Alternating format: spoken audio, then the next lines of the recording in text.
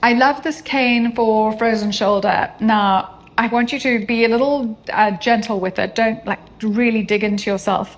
But what I'm having you do is just lightly press and release, lightly press and release along the spine, not on the spine, along the spine. And I want you to find tender spots.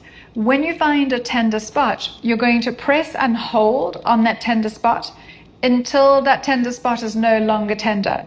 Now, that's a little while, so you may be hanging out there for a minute, and that's okay, especially in the beginning.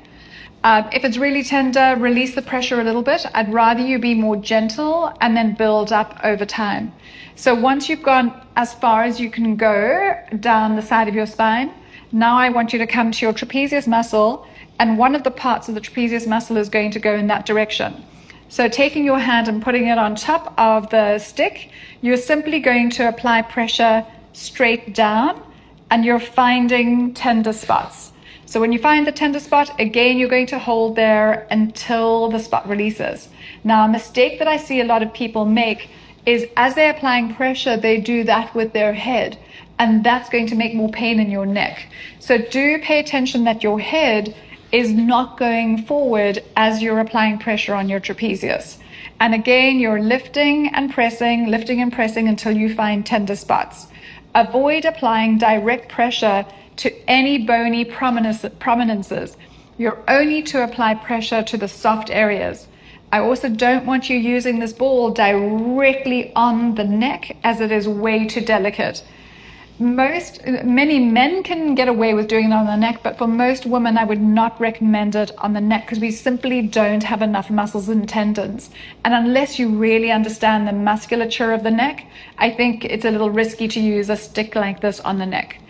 And then for the shoulder itself, you're simply going to take the cane, find your tender spot, and then pull it towards you. So I'm taking the stick, it's got all these lovely handles, and applying pressure and pulling it towards me.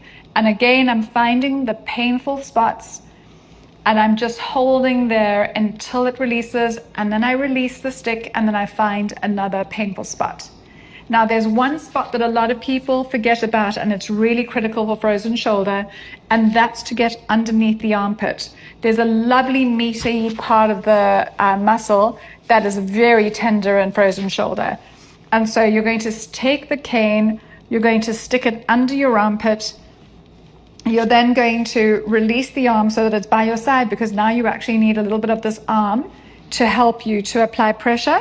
And I'm pushing in an upwards direction towards the armpit. And this is very tender for me. So clearly the exercise I did this week, earlier in the week, I need to be doing this type of myofascial release afterwards.